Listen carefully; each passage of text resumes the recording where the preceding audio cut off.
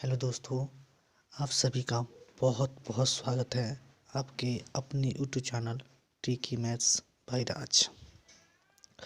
जी हाँ दोस्तों, आज मैं आप लोगों को भारतीय संविधान सभा के बारे में पढ़ा। आइए दोस्तों देखते हैं भारतीय संविधान सभा। उससे पहले देख लेते हैं संविधान सभा शब्द का प्रयोग सबसे पहले जो किए थे वह कौन किए थे? हेनरी मैन, ब्रिटेन के विद्वान थे। वह सबसे पहले संविधान सभा शब्द का प्रयोग किए थे। विश्व में सबसे पहले संविधान सभा का निर्माण अमेरिका में 1787 ईस्वी में हुआ। अमेरिका स्वतंत्र कब हुआ? 4 जुलाई 1776 ईस्वी में अमेरिका स्वतंत्र हुआ। कैबिनेट मिशन एक थी। देखिए यहाँ पे पहले समझ लेते हैं, अमेरिका में तो संविधान सभा का गठन हो गया। अब यहाँ भी इंडिया में भी बोले जाने लगा कि नहीं, यहाँ भी संविधान सभा का गठन होना चाहिए। 1922 ईस्वी में गांधी जी द्वारा इनका समर्थन भी मिल गया, मतलब गांधी जी भी बोलने लगे कि नहीं, यहाँ भी संविधान सभा का गठन होना चाहिए।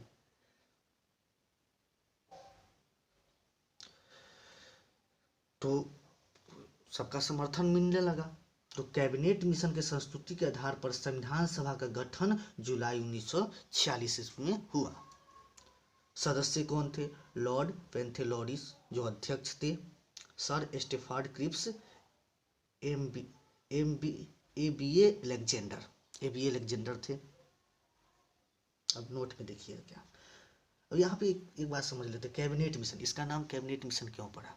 क्योंकि ये तीनों व्यक्ति थे ना, ब्रिटेन में कैबिनेट मंत्री थे, इसलिए इसका नाम कैबिनेट मिशन रखा गया। नोट में देखते हैं आगे। भारत के लिए संविधान सभा की रचना हेतु संविधान सभा का विचार भारत के लिए संविधान सभा की रचना हेतु संविधान सभा का विचार सर्वप्रथम स्वराज पार्टी ने 1924 ईस्वी में प्रस्तुत किया था। मतलब संविधान सभा का सबसे पहले विचार कहाँ से आया था? तो स्वराज पार्टी ने 1924 ईस्वी में प्रस्तुत किया था, सबसे पहले विचार दिए थे। अब रहा संविधान सभा में सदस्य कितने होंगे, तो संविधान सभा के सदस्य की कुल संख्या 389 निर्धारित की गई। इसमें से ब्रिटिश प्रांत के 292 सदस्य, कमिश्नरी क्षेत्र चार सदस्य, देसी रियासत 93 में से 93 सदस्य आए। अब देखते हैं 4 कमिश्नरी क्षेत्र कौन कौन थे? अजमेर, मेवाड़, बलूचिस्तान, कुर्ग और दिल्ली। अब यहाँ पे चुनाव हुआ 296 सीट के लिए। क्लियर है? इसमें से बहुत छोटी बड़ी पार्टियां ने भाग ली। एक पार्टी थी कांग्रेस पार्टी, जिसको 208 सीट मिली, जो जवाहरलाल नेहरू की पार्टी थी। दूसरी थी मुस्लिम लीग, जिसको 73 सीट मिला, मोहम्मद अली जिन्ना की पार्टी थी। निर्दलीयों को 15 मिला और 7 छोटी बड़ी पार्टियों को 7 सीट मिला। ये देखते हैं कांग्रेस पार्टी, जिसको 208 सीट मिला, और मुस्लिम लीग पार्टी, जिसको मोहम्मद अली जिन्ना की पार्टी थी, जिसको 73 सीट मिला। तो यहाँ देखते हैं मोहम्मद अली जिन्ना कि उनको 208 सीट मिला है और मुझे 73 सीट मिला है, यहाँ पे मेरा कुछ नहीं चल पाएगा। जो भी सरकार बनाना होगी, जो भी कुछ करना होगा वह कांग्रेस करेगी, मेरा यहाँ पे कुछ नहीं हो पाएगा। तो मोहम्मद अली जिन्ना सोचे कि यहाँ पे कुछ नहीं हो पाएगा, तो इन्होंने अलग एक पाकिस्तान देश की मांग कर दी कि मुझे भाई एक अलग देश चाहिए, पाकिस्तान। यह बात मोहम्मद जिन्ना और सरदार पटेल, यह बात पंडित जवाहरलाल नेहरू और सरदार पटेल को मालूम चला। तो वो दोनों मोहम्मद अली जिन्ना को समझाए कि भाई मेरे साथ ही रहकर सरकार बनाए और चलाए। फिर भी यह बात नहीं माने मोहम्मद अली जिन्ना और बोले कि मुझे पाकिस्तान देश चाहिए। अब देखते हैं सबसे पहले जो पाकिस्तान देश की बीज जो पड़ी थी ना, वह 1909 के भारत शासन अधिनियम में बीज पड़ी थी। 1909 के भारत शासन अधिनियम में सबसे पहले पाकिस्तान देश की बीज पड़ी थी। अब ये पाकिस्तान बार बार सुनते हैं, पाकिस्तान पाकिस्तान शब्द का प्रयोग जो सबसे पहले किए थे चौधरी रहमत अली किए थे। क्वेश्चन बनता है यहाँ से, पाकिस्तान शब्द का प्रयोग सबसे पहले कौन किए थे? चौधरी रहमत अली। क्लियर है? 1909 के भारत शासन अधिनियम का क्या था? फूट डालो शासन करो। 1909 के भारत शासन अधिनियम था फूट डालो और शासन करो। अब यहाँ देखते हैं, मोहम्मद अली जिन्ना बार बार मांग करने लगे कि मुझे पाकिस्तान देश चाहिए। तो लॉर्ड माउंटबेटन ने 3 जून 1947 को पाकिस्तान देश की मांग पर मोहर लगा दी है। मतलब यहाँ पाकिस्तान देश का गठन हो गया, निर्माण हो गया। क्लियर है? 3 जून 1947 को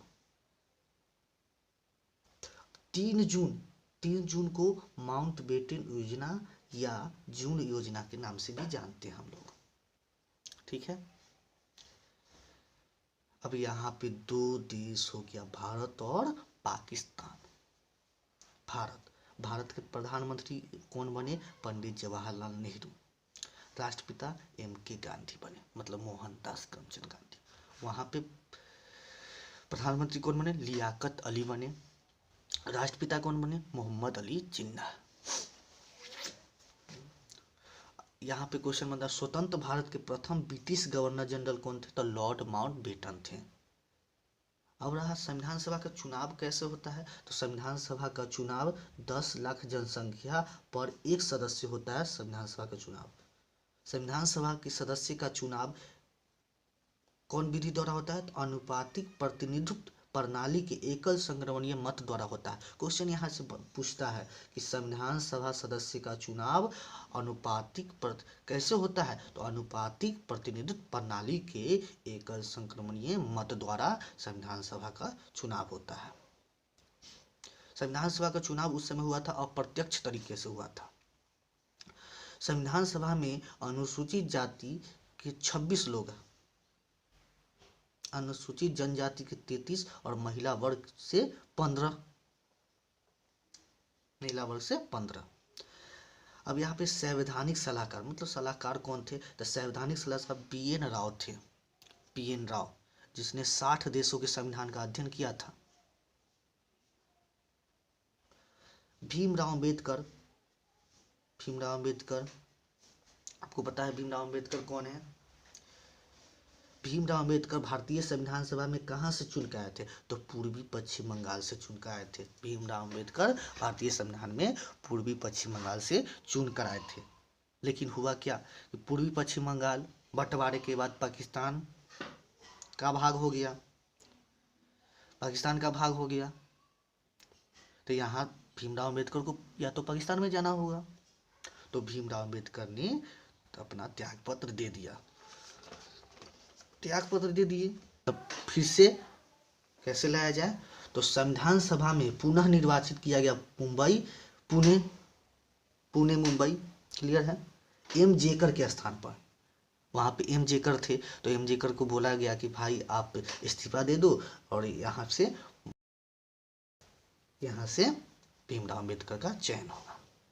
तो M. जेकर नहीं माने। महात्मा गांधी इन्हें समझाए, तो महात्मा गांधी समझाने पर M. जेकर ने अपना इस्तीफा दे दिया और यहीं से निर्वाचित होकर आए। संविधान सभा की पहली बैठक 9 दिसंबर 1946 को हुआ। संविधान सभा की अस्थायी अध्यक्ष डॉक्टर सच्चिदानंद सिन्हा को चुना गया, बुजुर्ग होने के कारण। लेकिन 2 दिन ही बाद इनकी मृत्यु हो जाती है। संविधान सभा की दूसरी बैठक कब हुआ? 11 दिसंबर 1946 को। अस्थायी सदस्य डॉक्टर राजेंद्र प्रसाद को अस्थायी सदस्य चुना गया। अस्थायी सदस्य। संविधान सभा को संबोधित किसने किया था? तो डॉक्टर S. राधाकृष्णन ने संविधान सभा को संबोधित किया था।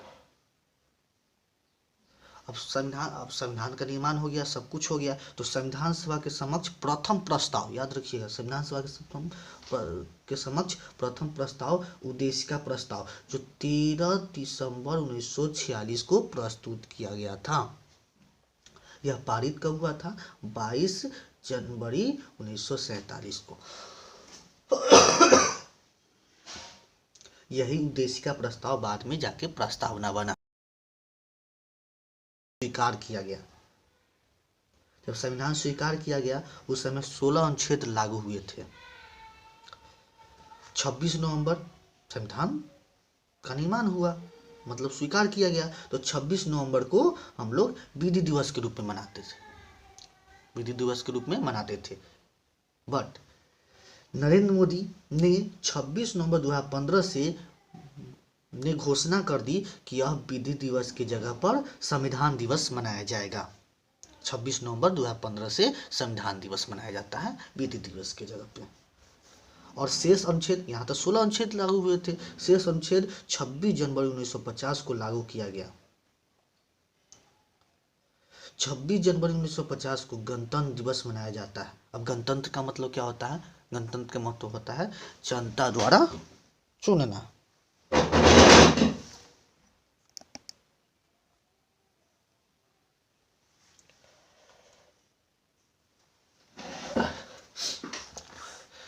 बाईस जुलाई 1947 को राष्ट्रध्वज तिरंगा को स्वीकार किया गया। 22 जुलाई 1947 को राष्ट्रध्वज तिरंगा को स्वीकार किया गया। 22 जुलाई को झंडा दिवस के रूप में मनाते हैं। 24 जनवरी 1950 को राष्ट्रगान जन गण मन को स्वीकार किया गया। यहाँ से प्रश्न बनता है कि सबसे पहले जन गण मन को स्वीकार कब किया गया? तो 24 जनवरी 1950 को। यह राष्ट्रगान ब्रिटिश भारत में 27 दिसंबर 1911 को कलकत्ता अधिवेशन में गाया गया था। मतलब सर्वप्रथम कब गाया गया था? तो 27 दिसंबर 1911 को कलकत्ता अधिवेशन में। ब्रिटेन के राजा जॉर्ज पंचम जो दिल्ली दरबार में आए थे, उन्हीं के स्वागत में यह सर्वप्रथम गाया गया था। राष्ट्रगान की रचना कौन की है भाई? तो आर.एन. टैगोर। राष्ट्रगान का अंग्रेजी अनुवाद क्या होता है? ए मॉर्निंग सॉन्ग ऑफ इंडिया। अब आते हैं राष्ट्रगीत। 24 जनवरी 1950 को राष्ट्रगीत वंदे मातरम स्वीकार किया गया। 24 जनवरी 1950 को राष्ट्रगीत वंदे मातरम स्वीकार किया गया। पहली बार कब गाया गया? तो 1896 में कलकत्ता अधिवेशन में ही गाया गया था यह। राष्ट्रगीत की रचना कौन की है? तो बंकिम चंद्र चटर्जी। यह आनंद मठ से लिया गया है। संविधान सभा अधिवेशन में बैठक कितने हुए थे? तो 11,166 बैठक हुए थे संविधान सभा में। संविधान सभा से क्वेश्चन पूछता है कि संविधान सभा से सबसे पहले त्याग पत्र कौन दिए थे? तो सबसे पहले त्याग पत्र देने वाले व्यक्ति जयप्रकाश नारायण एवं तेज बहादुर सप्रू कौन दिए थे? जयप्रकाश नारायण एवं तेज बहादुर सप्रू।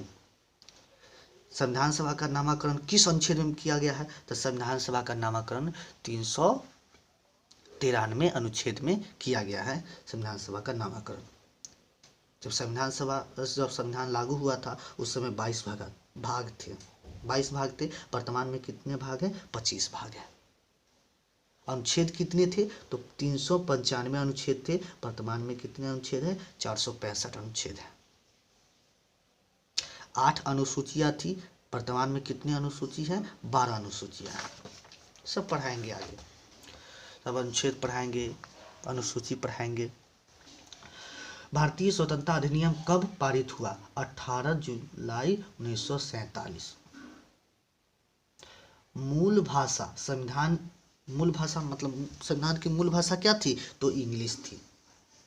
अब जनक कौन थे संविधान के? तो डॉक्टर भीमराव अंबेडकर, जो प्रारूप समिति के अध्यक्ष थे। बजट कितना आया था? 64 लाख रुपया बजट आया था। अंतिम बैठक कब हुआ था संविधान सभा का? तो 24 जनवरी 1950। इसी दिन भारत के प्रथम राष्ट्रपति डॉक्टर राजेंद्र प्रसाद का चयन हुआ। क्लियर है? संचालन समिति के अध्यक्ष कौन थे? तो डॉक्टर राजेंद्र प्रसाद। प्रांत समिति के अध्यक्ष कौन थे? वल्लभ भाई पटेल। प्रारूप समिति के अध्यक्ष कौन थे? तो भीमराव अंबेडकर। और संघ समिति के अध्यक्ष कौन थे? जवाहरलाल नेहरू। संविधान सभा बनने में कुल 2 वर्ष 11 माह और 18 दिन लगा। क्लियर है? भारतीय इतिहास के दिन 26 जनवरी 1930 प्रथम स्वतंत्रता दिवस मनाया गया था। मतलब भारतीय इतिहास में ऐसा दिन था जो 26 जनवरी 1930 को प्रथम स्वतंत्रता दिवस मनाया गया था। क्लियर है? यहाँ पे एक छूट गया है, देख लेते हैं। 14 सितंबर 1949 राज्य भाषा 14 सितंबर 1949 को राज्य भाषा हिंदी को स्वीकार किया गया। सबसे पहले हिंदी को कब स्वीकार किया गया था? 14 सितंबर 1949 को। यह भाग 17 और अनुच्छेद 343 संघ की भाषा हिंदी और लिपि देवनागरी।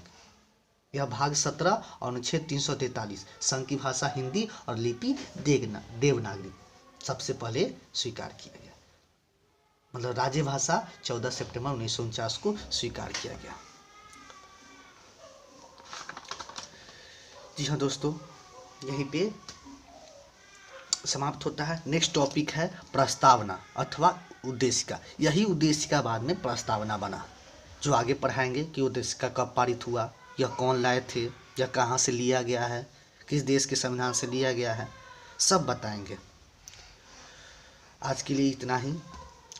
अच्छा लगे तो लाइक करें, सब्सक्राइब करें एंड कमेंट करना ना भूलें।